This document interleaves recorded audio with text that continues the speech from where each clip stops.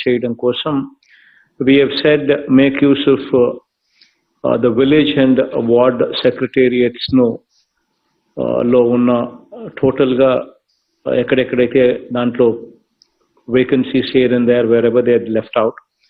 First focus on that. Problems undakunda war footing basis మీద they've given a date is 30th June 2022 as the date within which all the appointments, compassionate appointments should be done with and JP.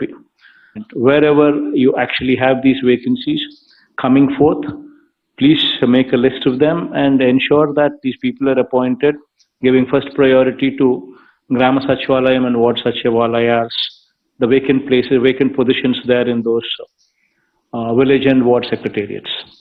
So that by 30th June, this is definitely met with, and I do not want any delays in this particular arena. So that's number one. So this MIG plots what are going to be coming up in every constituency. So constituency taken as a unit. Please make sure that every eligible employee is accommodated in these MIG layouts with a 20% rebate. The registration takes place because until unless you know how many people are wanting this, unless you assess the demand. So please give a date as 5th March as the final date. So before 5th of the March, every employee who is seeking this MIG layouts law, house site, whomsoever is seeking, please make sure that they apply the new revised pay slips. This was the commitment that was given on that particular day when we had announced this. Retirement age, what has been enhanced from 60 years to 62 years, 2 years మనం ఏదైతే అడిషనల్గా ఎంప్లాయీస్కి మంచి చేసేదాని కోసం ఏదైతే 2 years వాళ్ళకు we have increased the age limit from 60 to 62 years. That I think the GO is already been issued. So COVID కి సంబంధించి I think all of you are aware that this is a situation where we are now fighting with the third wave. We're in the midst of a third wave. Yesterday, Health Department has also extended this by another 2 weeks. So please make sure that the most important thing is making sure that these 2 weeks pass. Because this Omicron is just moving up, hitting the peak, and then it is receding at a fast pace. So everybody who's getting a fever, the fever is lasting for 1 week. So it's a trend that needs to be just pass off. We just need to pass off. So it's very important that these 2 weeks are very critical. This 27% weekly positivity should reduce. It's very important that we continue with these norms. I appreciate them for ensuring that vaccination process is on full steam. In fact, so much so that 100% first dose to adult population is already achieved, and 90.95% of the people have also been administered second dose. That is also an achievement on the part of the collectors, and my appreciation for you on that count. Post February, I'm making collectors party to it. Every hospital in the district, from teaching hospital, be it teaching hospital, be it district hospital, be it area hospital, be it CHC, be it PHC, right up to the stage of village clinic. The entire sector, wherever they might be, I want 100% recruitment. There should be no dearth anywhere for doctors or nurses or paramedics. This is grounded. There should be 0 houses that are left ungrounded. please make sure that you expedite every house in that category. So coming to the next point in the agenda, that is Spandana grievances. This is one particular area that we've been trying to make certain revolutionary changes. We launched the portal just recently, where every file could be traced as to where that pending file is. So now that this facility is available, the collectors would have to take a review periodically, at least twice a week, to understand where the file is left, where the file is pending, and why the file is not moving. Now we have developed a robust portal wherein every file that is passing through is visibly displayed. The entire path is also visibly displayed. There's an SLA in place, and wherever the file is blocked beyond the SLA, it is unpardonable. It's got to be rejected or it's got to be sent. Why is the file still left pending? These are the questions that you need to raise, that you need to ask. And another important aspect is, if the file is disposed of, it is very important that you need to see the reasoning, the quality of the reasoning. That is very, very important aspect. The reason why I say as to why you need to get into the details of the quality of redressal is, the quality of reasoning is, the quality of redressal is, because on an average 11% of the cases are coming back, not satisfied with whatever reply that has been given, and reapplication has been made.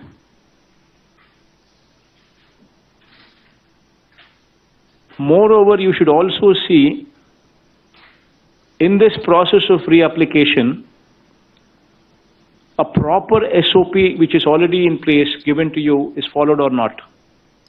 The same assessing officer should not be given the mandate once again to relook at the same reapplication. It should be looked at by somebody above.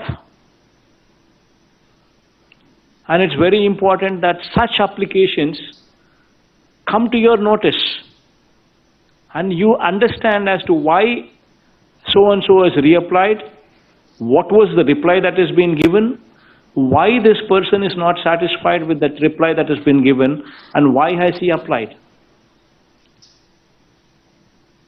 It's very important that you get into that depth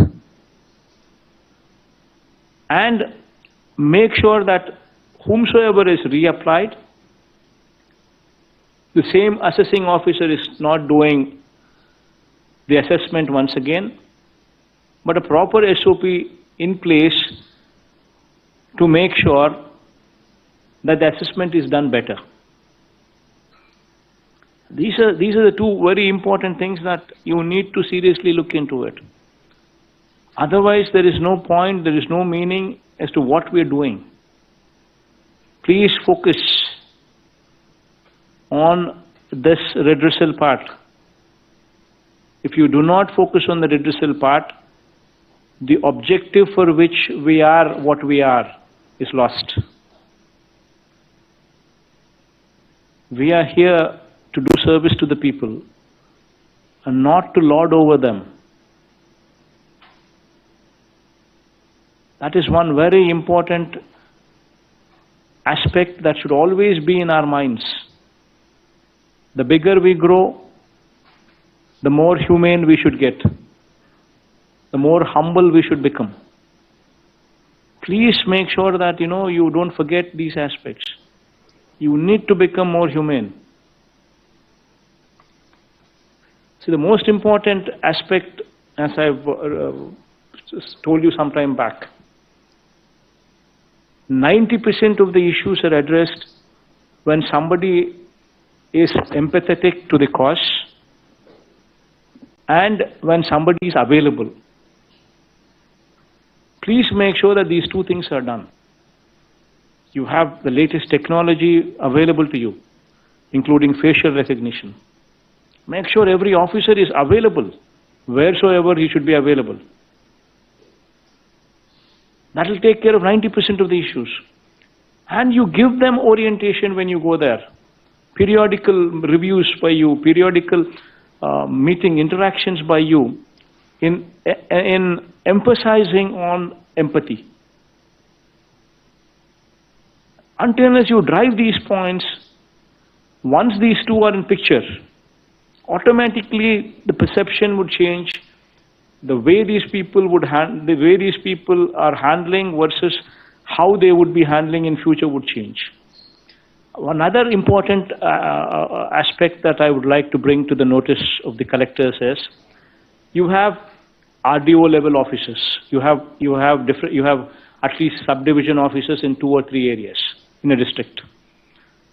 You go there once in a month at least. You visit the RDO office.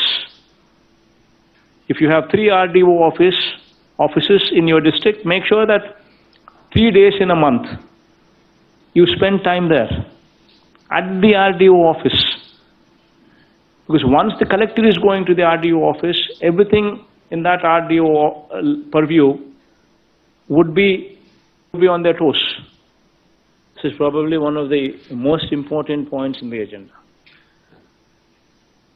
The SDG, Sustainable Development Goals, and your connect to the goals.